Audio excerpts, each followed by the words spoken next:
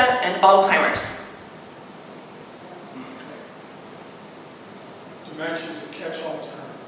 Right. I'm not going to bring it out, but I have an umbrella that I bring out. Dementia is an umbrella term. And I have all these little dangly things that get too tangled to untangle right now. But they're all the different kinds of dementia. How many types of dementia are there? One for each person. Bingo! They're so individual.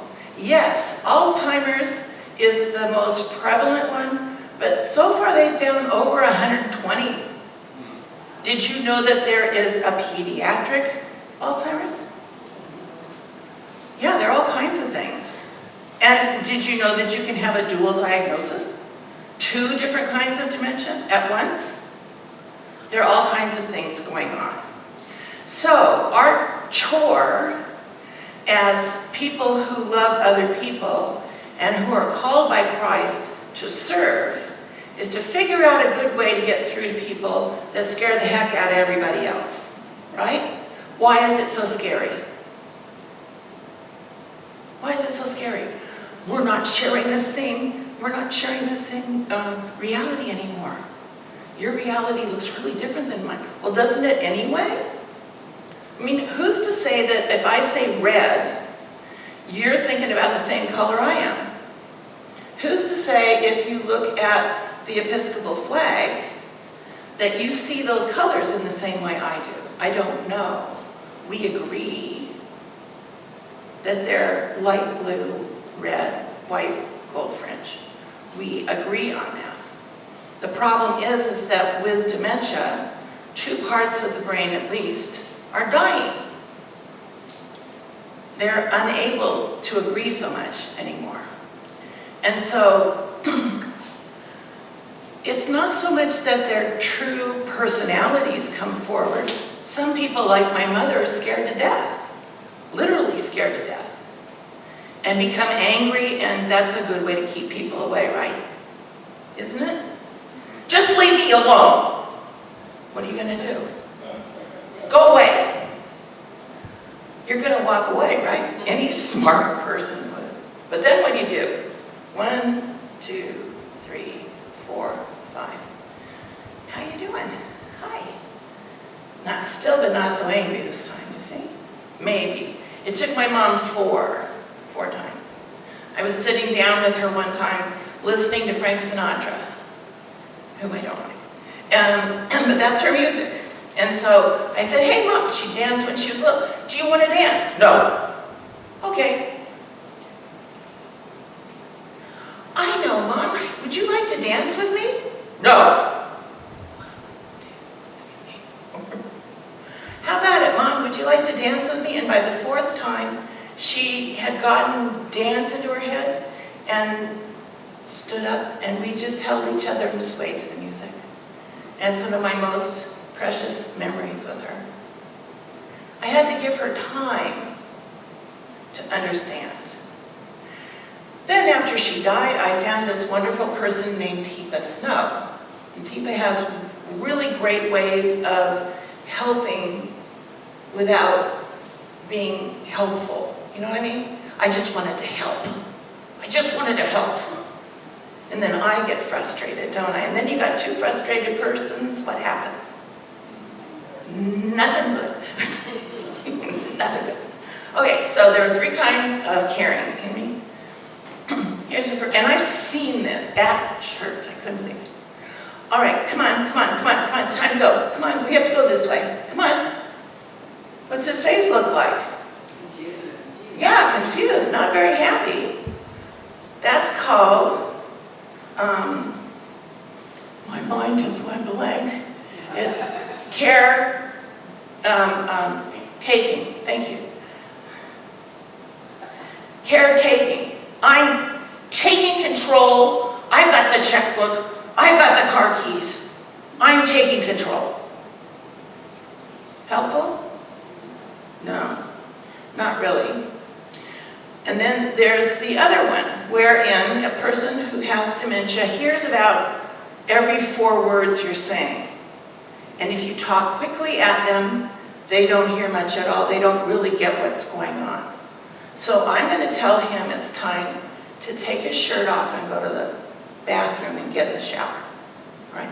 Okay, honey, now it's time for you to get in the shower. All right, we're going to just take your shirt off, and what's he going to do? Usually they'll slug you. He's so nice.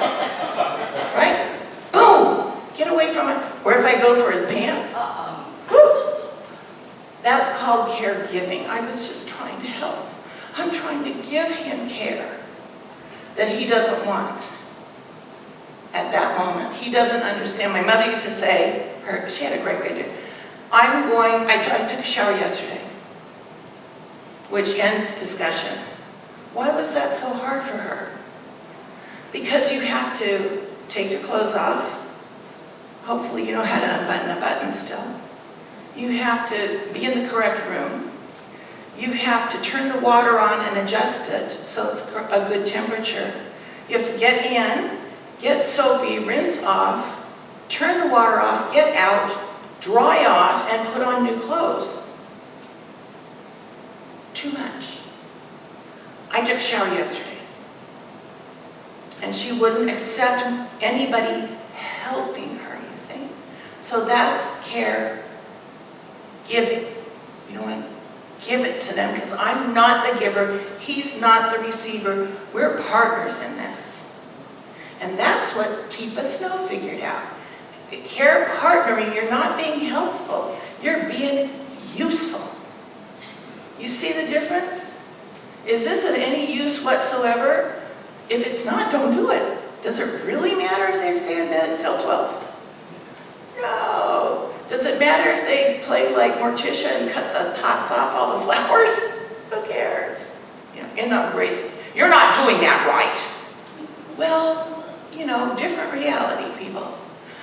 So this is what Teepa teaches. This is how to approach someone with dementia. If you put your arms out like this, you will notice that you are 6 feet away from each other. That's how far, we all know what that is now, don't we? Yes. All right, so this is public space. And from public space, I will turn and greet Henry. And I say, hi, Henry. What's he looking at? Yeah, he's going to see the movement of my hand first, and then what's he going to look at? My face. Maybe he'll know who I am, maybe not, we'll see. So I'm outside his personal space. I'm about to step into it and see what happens, okay? How are you today? And I offer my hand. If he doesn't take it, I'll see you later, okay? And I go do something else. If I say, hi, Henry, it's Anne, and he takes my hand, then I can step into his personal space. How are you today? Good. Good. I like your shirt. That's really pretty on you. Thank you. Thank you. Now I'm going to flip my hand over like this, and I'm going to stand like this with him. This is a non-threatening stance. If I'm standing like this opposes us. But if I'm standing like this, I'm there and he knows he can trust me. Then with this hand, we can do all kinds of stuff. You want to go get a drink of water? Are you thirsty? Okay. Then I can lead him and keep my hand on his shoulder, okay? Or say, and he's right-handed, but I'm not. Too bad, right? He gets to dominate. I'm not going to do stuff to him on his left side. I'm going to do it on his right. Frankly, at the moment, I'm not going to do a whole lot with him because he has a shoulder issue. But the idea is, listen, Henry, it's a good time to take a shower. Would you like to get wet? Be fun, wouldn't it?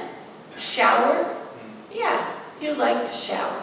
So I can help him unbutton his buttons. Let's work on your shirt here. There you go. And you let him do as much as he can. But even when I'm holding on to him, I have these 3 fingers still, not these 2. I have these 3 fingers here that I can hold on to something. I can hold a spoon, or a comb or some other toothbrush, and I could help him brush his teeth, comb his hair, help him eat. These two fingers I keep here, and the palms, the thumb pads are together. It's very comforting, so if I give him a squeeze, it'll always make him look at me. He just did. See? So if I just pump that, I can get his attention again. This is the basis of care partnering. Do you see? Do you see how it's different? Yeah. So what I'd like to do is teach every community, each church, because I'm Episcopalian and I think it's God's way of doing stuff. I really think that Teepa's onto something and it needs to be everywhere. Right now, she's mostly getting into care homes. So I am trained to teach a professional staff. But I'm also trained to teach a staff that could be located in a church. Yeah? That could become a center for learning how to partner with someone so that they don't have to be so afraid. And I don't have to be so afraid. I have something to do. That gives me a feeling of self-worth, yeah? That I have something I can do that will assist him. Not just help him, but be useful for him as we go along. Thanks, honey. Because you know how long we live with this disease? Well, my mom had it about 13 years. That's a long time to be considered dying, isn't it? In fact, she was living her life as she went along. And we did all kinds of interesting things. That the Spirit is with people who have dementia, there's no question. There's no question.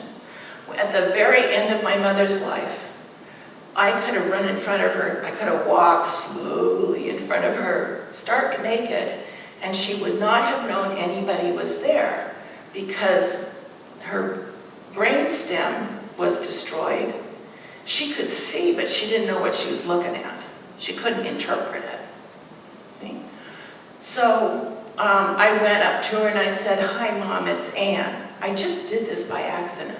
I gave her 2 clues, Mom and Ann, that told her something about who that voice was. And I put my hand out, and you know what she did? She put her hand in mine. And what did she say? She said, "I just want to be with you." Who's talking? That's Jesus. That was the holy in her saying to my soul, "I just want to be with you."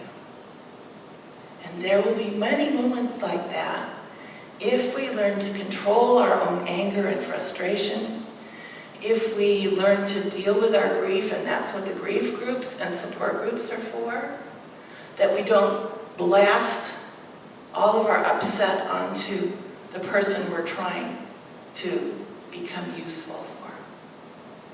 All right? That's what I would like to teach you. So, are there any questions? Yes? Well, not everybody is in full-blown Alzheimer's. My experience is that many, many, many people in their senior years have dementia and are at the point of requiring that kind of support. Are all of these techniques equally valuable or appropriate for people who that are less involved? Yes. And I'm making sense. I mean, I think everybody recognizes full-blown dementia. I don't know. Well, I mean, They full-blown didn't. Alzheimer's.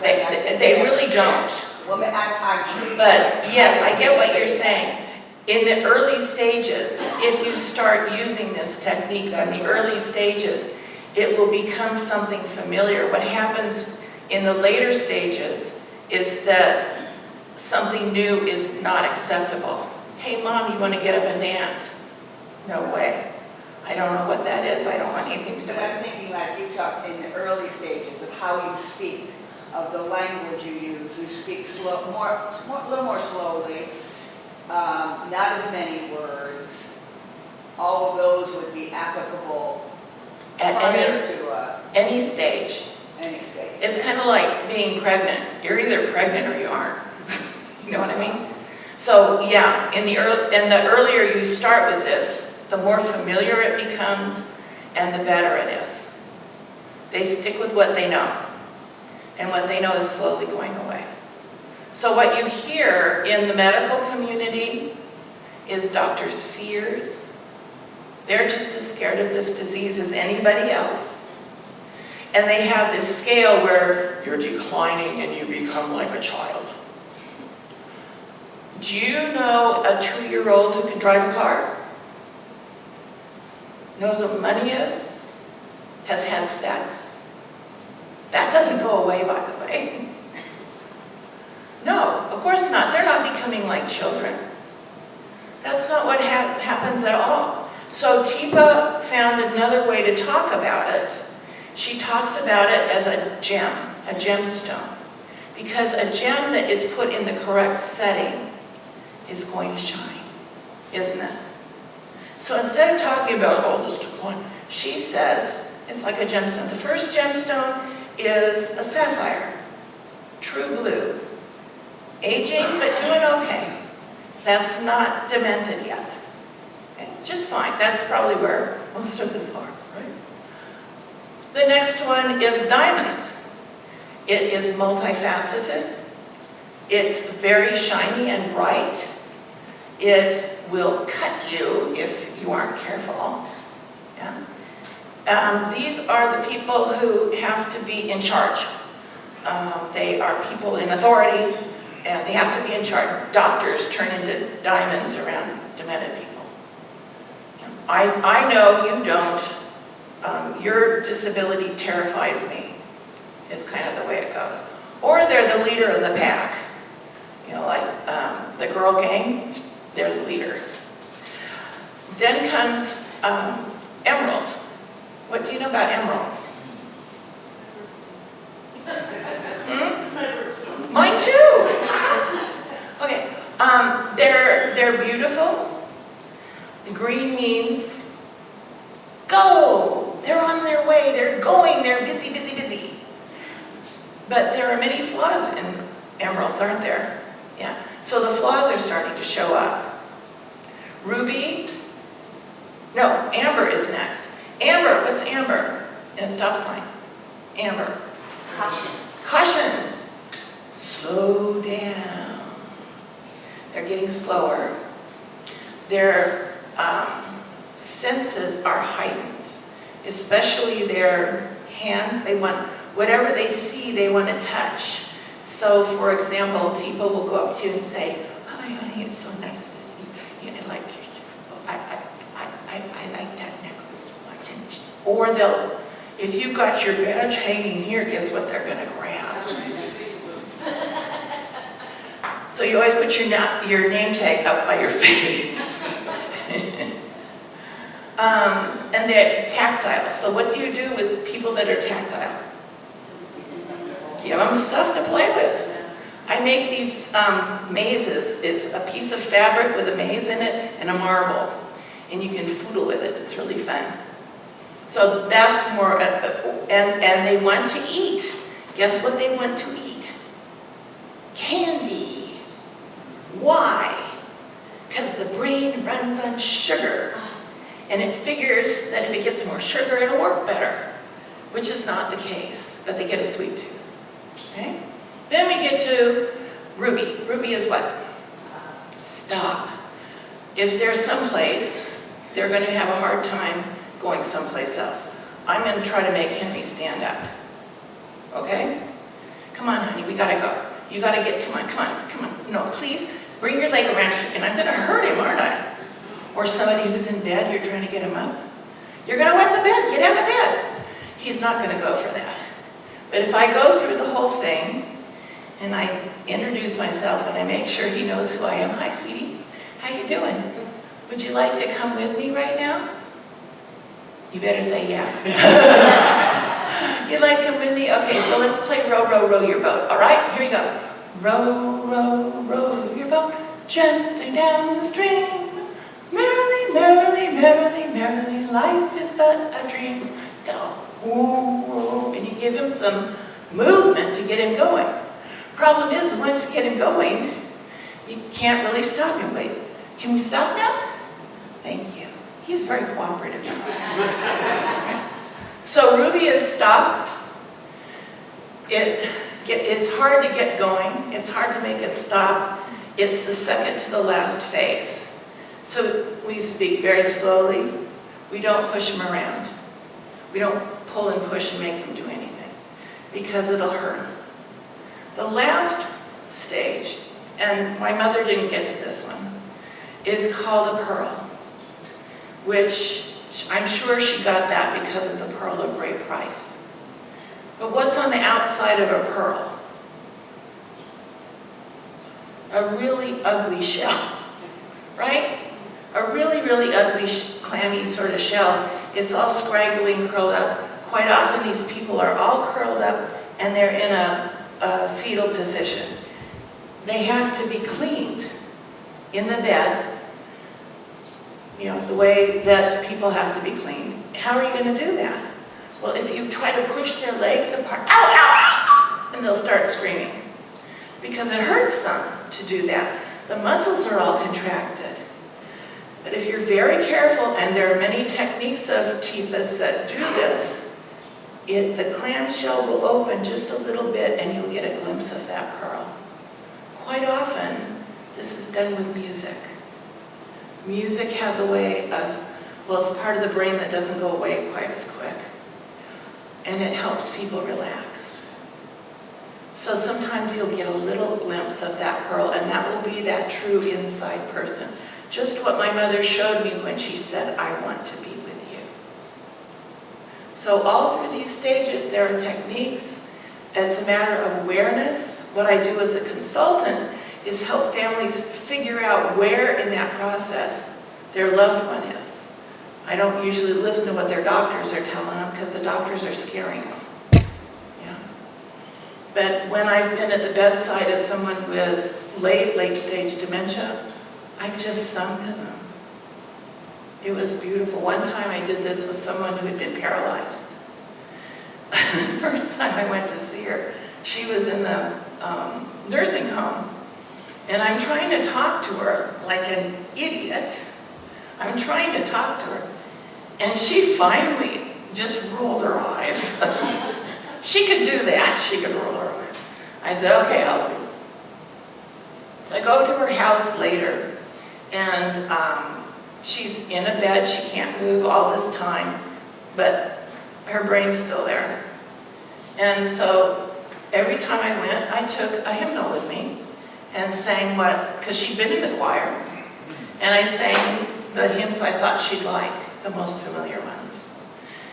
And one night, her daughter woke up at 2 o'clock in the morning because she heard something weird. It was her mother humming. Her mother didn't know it was 2 in the morning. She didn't know what time, but she was happy, and she was humming. So we can give these moments of joy and meaning. We can spark them in other people, just the way we do with each other. We can do that with people living with dementia. So if you'd like to do that, I'd love to come show you how. Any other questions? Thank you. Thank you.